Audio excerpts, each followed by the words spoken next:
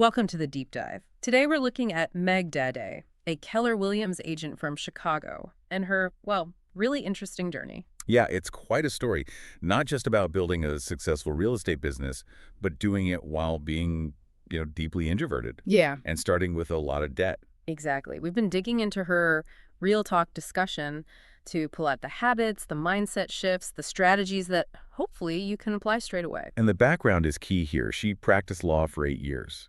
Enjoyed parts of it, like strategy, negotiation. But not the day-to-day stuff. Right. Then she gets let go in 2014, sort of unceremoniously, and jumps into real estate. But she has this huge weight hanging over her. The debt. Initially, it was $150,000 in student loans, right? Yeah, but when she finally faced all taxes, credit cards, maybe 20, 30K there, the total was actually $172,000. Wow. That's Yeah. a serious number. And she talks about this feeling, On social media, the business looked great. 30 deals in 2019. What's successful? Totally. But underneath, she was paddling like mad just to stay afloat because of that debt. Successful, but broke, basically. And that really sets up the core problem, doesn't it? She's an introvert. She hated traditional prospecting, the cold calls, all that stuff. Mm-hmm. Which is tough in real estate. It's fundamentally a sales job. So the question is, how did she build a thriving business that actually fits her personality instead of fighting against it? That's what we're unpacking. Okay, so the first big shift really started with tackling the money, that financial pivot. It all kicked off when she joined KW in 2018 and heard that phrase from the operating principal. Oh yeah, this company will change your life if you let it. That apparently really hit home for her. Pushed her towards coaching, systems, getting serious about the structure. But what's really interesting, and maybe counterintuitive, is that the real turning point wasn't a business goal. Right. She joined a One Thing accountability group in May 2019. And realized her most critical goals, the things she had to fix first, were personal. Not GCI, not transaction numbers. Nope. Goal 1, health. Lose 40 pounds before she turned 40 in April 2020. Okay. Goal 2, finances. Get that massive debt under control. She knew she couldn't build anything sustainable otherwise. And just seeing that $172,000 number written down, that must have been a shock. Definitely a moment of truth. Yeah. Facing the full picture, many people, they avoid that. So March 2020, pandemic hits. Her 40th birthday is looming. She still owes about $100,000. And she makes what she calls a massive action decision. Yeah, a point of no return kind of decision. She realized chipping away wasn't going to cut it. So what does she do? She moved back home. With her parents. Wow. At nearly 40, that takes guts. Huge commitment, right. But the goal was crystal clear. Slash expenses and pour every single cent into that debt. A total financial reset. That kind of public commitment, that humility, it shows incredible focus. And it worked. She thought it would take 5 years maybe. Right. By July 4th, 2020, so just over a year later, she'd paid off that remaining $100,000. Incredible acceleration. That massive action really paid off. And then there's this almost, well, it sounds like fate, doesn't it? The referral check story. Oh yeah, tell us about that. She was down to the very last bit of debt. The final student loan. Just over $27,000. Yeah. And completely out of the blue, she gets a call. About? A personal injury referral she'd sent to an attorney friend way back in 2017, 3 years earlier. Okay, so maybe expecting a small referral fee. Yeah, she thought maybe $3 or $4 grand, typical stuff. But the check that arrived was for $27,777. No way. The exact amount. Pretty much the exact amount needed to wipe out that final loan. It's like the universe rewarded that commitment, That's amazing. It really shows how taking that decisive action can sometimes open up unexpected pathways. Absolutely. And getting free from that debt, well, that unlocked the mental space to really redesign her business. Right, because she still had that core challenge, being an introvert who didn't want to prospect in the traditional way. So she had to overcome that limiting belief. If I don't do cold calls, I can't succeed. How did she do it? By getting super specific about her smallest viable audience. Who did she actually like working with? Not just demographics, but psychographics too. Exactly. She looked at her network, her past clients, and saw a pattern. Professional women, single, mid-30s. Type A personalities, she said, working in law, consulting, tech, basically people like her former self. Precisely. And her marketing message tapped into something specific for them. The empowerment marketing idea. Yeah, recognizing that these women often felt they needed permission, maybe waiting for a partner, before making big moves like buying a home. So her message was kind of, You don't need to wait. You can do this now. Let's go buy that couch. Let's get you that property. And that message resonated. It attracted the exact people who needed that push, that validation. Oh, it's just key. If you're not doing mass outreach, right, your message needs to filter for you. Totally. It connects back to that Rory Baden quote she mentioned. You're most powerfully positioned to help the person you once were. So for you listening, think about it. Who were you a few years ago? What were their struggles? Or look at your friends now. That's often your ideal client right there. And knowing that audience so well directly informed her lead gen strategy, the micro events. Ah, yes. This is super practical, especially for introverts or anyone who dreads those big, loud networking things. She hated the idea of those huge, expensive parties. 100 people, maybe $10,000. Just not her style. And she didn't have the cash flow anyway. So she went small, like really small. 15, 20 people max. Her VIPs. Focus was depth, not breadth.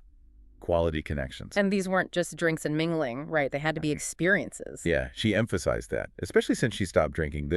The value couldn't just be a free cocktail. People needed to learn something, do something. Like what kind of things? Things like a headshot event.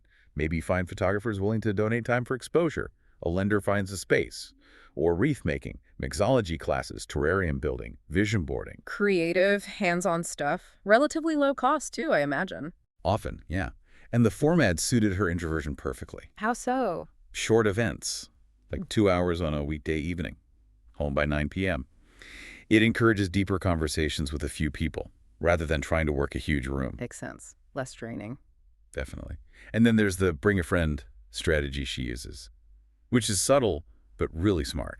Instead of directly asking, who do you know who's buying or selling? Right, which can feel awkward or high pressure. Yeah. She asks her VIP client, hey, who do you know who'd enjoy a mixology class?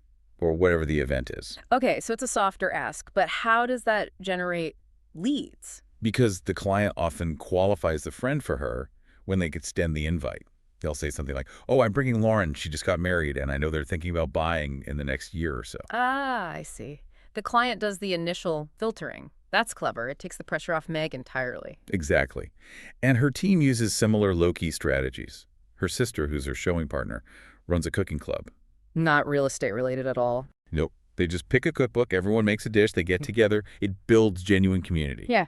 Then, when someone in that circle does need a realtor... She's the obvious choice because they already know, and trust her. Precisely. It's about investing in relationships long-term, not just hunting for the next deal.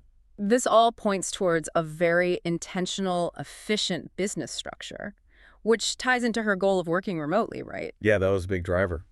And she's achieved it. Worked remotely for 10 weeks this past year from places like Barbados and Colorado. And the business structure itself is lean. Very lean. It's basically her sister as the showing partner and an external profile-based transaction coordinator. So an independent contractor handles the paperwork and scheduling from contract to close. Right. And apparently clients often don't even notice she's physically absent. She uses FaceTime for calls when she's abroad. But scaling wasn't always smooth sailing, was it? She mentioned a struggle. Oh yeah, a big one. About 18 months ago, maybe early 2024, she tried to build a bigger team. Hired a director of ops, a buyer's agent, an in-house TC. The whole setup. Trying to scale up like many successful agents do. Exactly. But it didn't work for her model. She realized her business was overwhelmingly sphere of influence and referral-based. Meaning she wasn't generating tons of new, cold leads. Right. And a field-based business often doesn't throw off enough random leads to keep a big team fed and profitable. She was spending all her profit trying to find leads for the team. Leads she didn't naturally have. Exactly. So she made the tough call to disband the team and go back to being what she calls a highly leveraged individual agent. Using contractors and systems, not employees. Maximizing profit from her core sphere business. That's a really important insight for agents listening. Bigger isn't always better or more profitable. Absolutely. And this decision connects deeply to her understanding of her own personality using the Gretchen Rubin framework. She identifies as an abstainer. Yeah. Meaning she's kind of all or nothing. Like quitting Diet Coke cold turkey after drinking 5 a day. For abstainers, moderation is often harder than just stopping completely. So trying to just do a little bit of lead gen each day might not work for her. Probably not. She needs structure. She needs constraints to keep her on track. So scheduling those micro events, committing to partners like the lender who co-sponsors. That forces her hand. Precisely. The commitment to others provides the external structure she needs to ensure the lead generation actually happens consistently. It makes the business work despite her introversion, using it almost as a feature. And this whole shift has changed how she even measures success, hasn't it? Radically. She Huh. used to be focused on unit count. Hmm. She was the top individual agent in her region for 3 years running based on that. But now, Now it's all about profitability and building passive income through investments. The goal isn't endless growth. it's sustainability and lifestyle. Exactly. Keeping the business steady, maybe 50, 60 transactions a year, because that level funds the life she wants, like spending 2 months working from the mountains. Success is defined by freedom and profit, not just volume. Okay, so let's distill the key takeaways for listeners from this highly leveraged introvert's playbook. I think first, it's that ruthless focus on profitability over just chasing units. Define your success metrics carefully. Second, nail down that smallest viable audience. Know exactly who you serve best so your marketing can be super targeted and resonant. Speak their language. Third, embrace constraints, especially if you're introverted or struggle with self-discipline around lead gen. Use things like micro-events, partner commitments, scheduled activities to force consistency. And if you're feeling stuck right now financially, in your business, wherever, remember her mantra. Movement creates momentum. Yeah, don't get paralyzed by trying to plan the perfect huge thing. Just do something. Pick one small action. Like schedule one tiny community event, invite a couple of key people, ask them to bring a friend. That haunted cemetery tour idea she mentioned, maybe? Right. That first small step creates inertia. She got her dream life not by having every detail mapped out, but by making a point of no return decision, like booking the Barbados trip first, then figuring out how to make the business support it. We often overthink things until we never actually start. We plan the escape route perfectly, but never leave the building. So the final thought for you listening is this. What point of no return decision are you avoiding right now? Yeah. What commitment, if you made it, would force the positive change you know you need in your business or your life? Stop waiting for the perfect plan. Maybe it's time to just book the flight, schedule the event, or finally have that hard conversation.